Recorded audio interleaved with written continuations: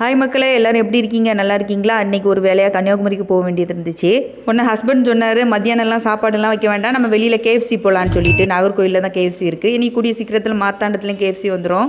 ஒரு ஆன்ட்டி ஹாஸ்பிட்டலில் ஒரு வாரமாக இருந்தாங்க. அப்போல்லாம் நாகர்கோயில் போகிறதுக்கு டைம் இல்லை. அவங்க என்னைக்கு டிஸ்சார்ஜ் ஆகுறாங்களோ அது கூட தெரியாமல் நாங்கள் நாகர்கோயில் போயிருந்தோம். அங்கே போய் பார்த்தா நாங்கள் டிஸ்சார்ஜ் ஆயாச்சுன்னு சொன்னாச்சு. சரி, சும்மா கை வீசிட்டு போகக்கூடாது இல்லையா? அப்படியே கொஞ்சம் ஃப்ரூட்ஸும் வாங்கிட்டு கேஎஃப்சி போயாச்சு.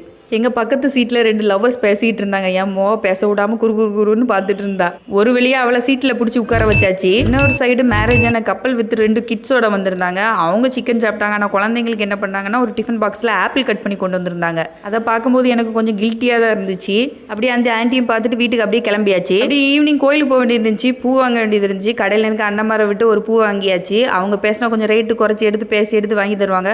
வாமிக்கு ஆர்டர் பண்ண ஏபிசிடி புக்கும் வந்துருந்துச்சு. கரெக்டாக 4 நாள் வச்சு விளையாடுவாங்க. 5ஆம் நாள் கேட்டால் அது எங்கே போச்சுன்னு கூட அதுகளுக்கு தெரியாது. இந்த வீடியோ பிடிச்சா லைக் பண்ணுங்கள்.